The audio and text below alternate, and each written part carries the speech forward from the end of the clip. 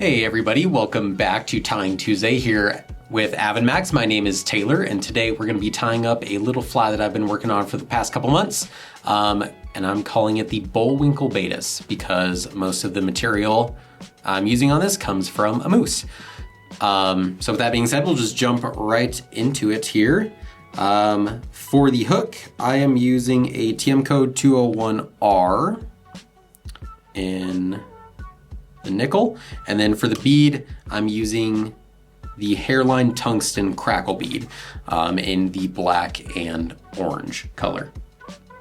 Thread I'm using today is going to be the Semperfli 12-aught Semperfli Nano Silk in 12-aught or 50 denier.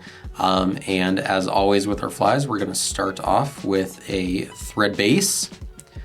So we're going to wrap all the way back, and unlike other flies, we're going to leave our tag end on this fly because I'm going to use it to help split our tailing material. So we'll tie back just to about the bend of the hook. I know on these 201Rs it bends a little early, so just a touch into the bend. There, we'll wrap forward a couple wraps and tie in our tailing material. So for that, I'm using moose body hair, and on this particular patch of moose body hair that I have, as you can see, it's got some brown hairs, some light brown, and then some really dark black hairs. So I pulled out two of the lighter hairs, and that is what they look like just by themselves. They do have black tips, but I kind of like that look. It gives it some contrast. So I'll take those two strands of hair, make sure that they are in line with each other, and we're going to lay them across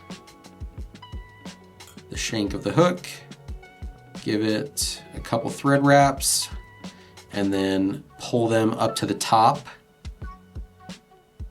That way they're in line. Give them a good pull to the right length. I like to leave maybe 1/4 of an inch on those. It does look a little long on camera, but those a couple more thread wraps, and then we're going to take our excess string here. Oh, before we do that, we're going to wrap down just a little bit to the end of our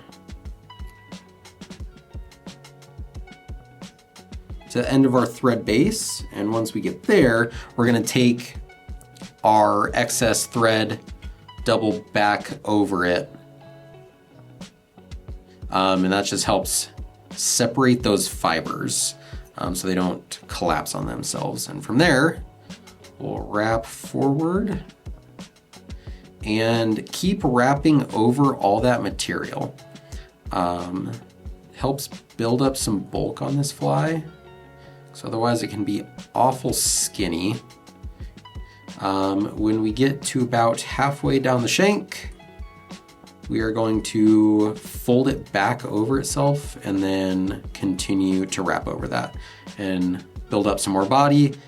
And when we're about halfway over that wrap, maybe go one more, two more, halfway over that wrap to where it looks nice and even, we're going to cut out that excess body hair and the last of our thread.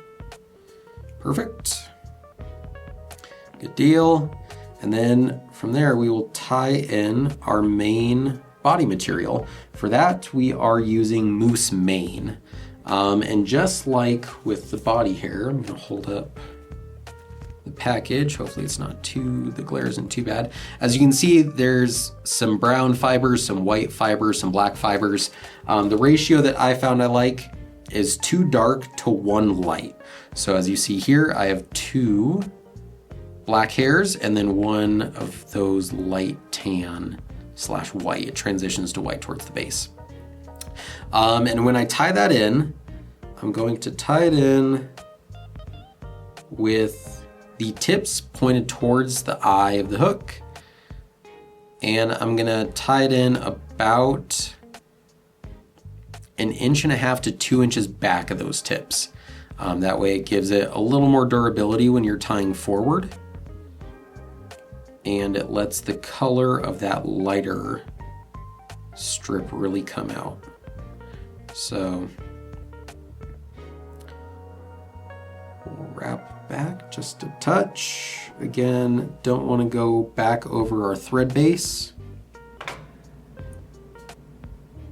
We'll cover all of that up.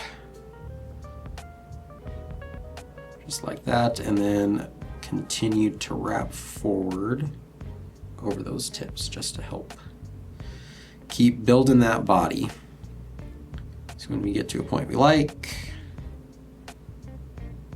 just gonna cover everything, add a little extra bulk if you feel like you need it, just to where it looks like that. And we will trim out the tips of those moose mane. And we will start wrapping that moose mane forward. So I'll put the bobbin in the bobbin cradle. Now, these strands of hair do like to separate when you're wrapping. So what I like to do is at the very top, I'll take my fingers and give them a bit of a twist to wrap that hair around itself. And that, in my opinion, helps it stay together, and we'll just wrap forward. These fibers do like to break if you apply too much pressure, so just take it easy, nice and easy. And then when we get to that bump, we're going to lock everything down with a couple thread wraps.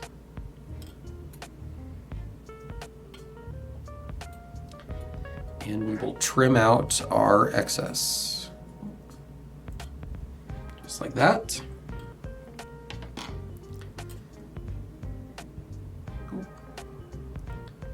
Give it a couple locking thread wraps. I had one little loose one. That's okay. It'll get covered here.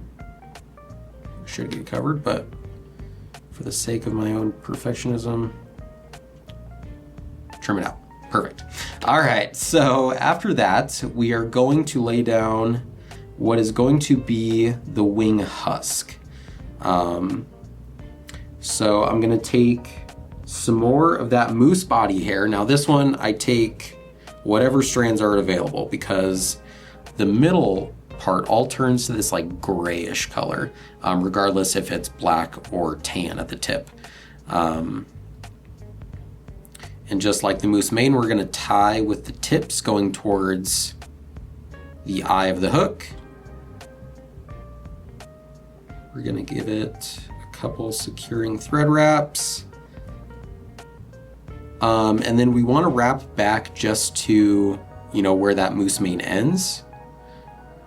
I like to wrap forward a couple wraps, and then trim out the excess. Good deal.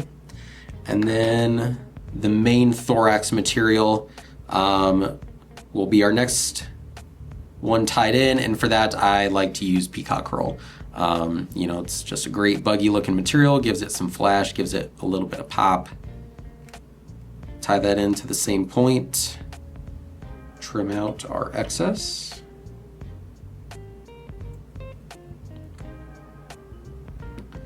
Wrap back forward, and we will spiral wrap this peacock curl. And again, I like to give it a little bit of a twist with my fingers to help everything stay together. Peacockers notorious for wanting to come apart on you. Ooh.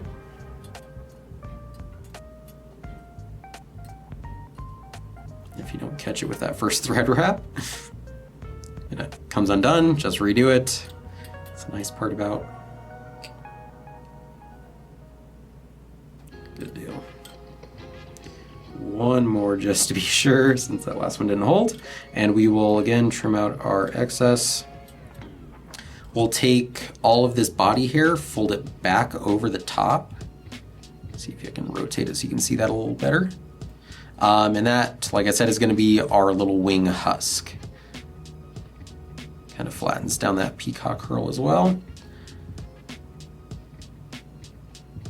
Perfect. So a couple locking thread wraps, it'll splay that hair up. Just makes it easier to trim. So we'll cut out that excess. Now the last material we tie in is going to be our leg material.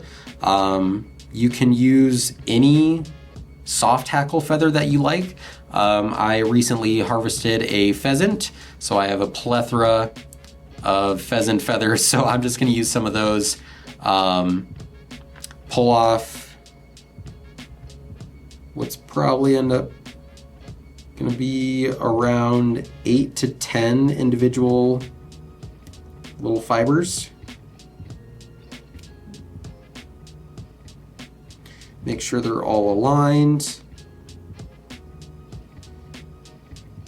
And again, with the tips pointed back now, hold it over the bead, catch it with a turn of thread, and then pull down to the length that you want and adjust in the spot that you want. So pull it to about there where it's, I'd say, twice the length of the thorax. Oh.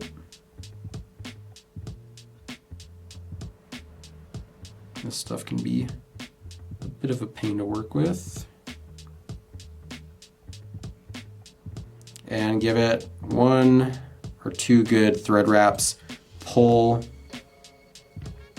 the excess out front, and we'll trim that away. We'll grab one more bunch of that feather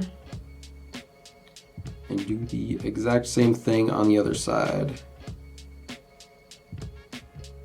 It's another 8 to 10 fibers. Make sure they're lined up.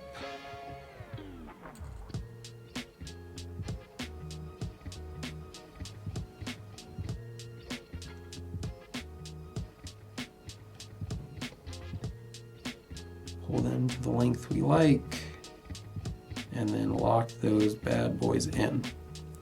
And then I like to pinch them back with my finger. That way I'm not wrapping back over them. Cut out the excess, and from there, do a whip finish.